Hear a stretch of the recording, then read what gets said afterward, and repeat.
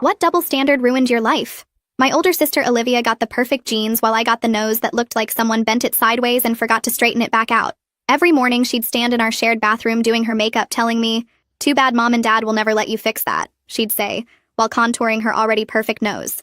Olivia would take selfies with me and then crop me out because she said my nose ruined the aesthetic of her Instagram feed. She loved pointing out my nose to everyone like it was her personal comedy show that never got old. When her friends came over, she'd introduce me as her sister with the unique profile, and they'd all try not to stare, but I could see them looking. She'd buy me nasal strips for birthday presents and tell me these were to help straighten things out. At school, she pretended not to know me unless she needed homework help, and even then she'd make me stand at an angle so people couldn't see my profile while we talked. "You're actually pretty if people look at you straight on, so just never turn your head," she said, like she was doing me a favor with this advice. Olivia started dating this guy from her college who was studying to be a plastic surgeon, and she brought him home for dinner. She made sure to seat him right across from me so he could study my face the whole meal like I was a medical specimen. "My boyfriend says he could fix your nose in like 2 hours and make you look almost as pretty as me," Olivia announced while everyone was eating dessert. The boyfriend looked uncomfortable, but Olivia kept going about how he was practicing on computer models, and my nose would be perfect for his portfolio. My parents shut it down immediately, saying I was beautiful just how I was. But Olivia rolled her eyes and said they were basically guaranteeing I'd never get married, because guys notice faces first, and mine was unfortunately memorable for the wrong reasons. Olivia convinced our parents to let her throw a pool party for her 21st birthday at our house.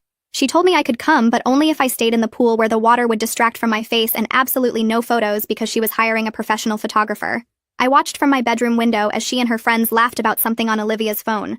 Turns out she'd posted a video on TikTok doing a glow-up transformation where she showed a picture of me labeled as the before, and then herself as the after. "You should be happy because you're TikTok famous now, even if it's as the ugly sister," she said when I confronted her about using my photo without permission.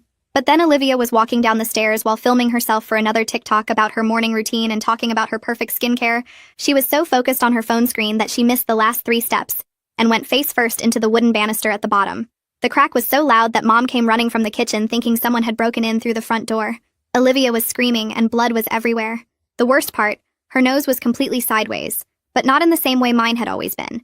Bumpy and swollen and pointing in different directions like someone had broken it in 3 places and tried to piece it back together blindfolded.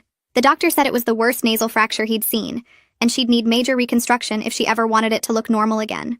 Olivia spent the next week crying every time she saw her reflection and wearing huge sunglasses indoors. She couldn't post on social media because her followers kept commenting about what happened to her face and asking if the transformation video had been reversed. Her boyfriend stopped answering her calls after she sent him a selfie. She begged our parents for surgery, saying this was different because it was medical, not vanity, since she couldn't breathe properly through the breaks. They kept saying she needed to learn to love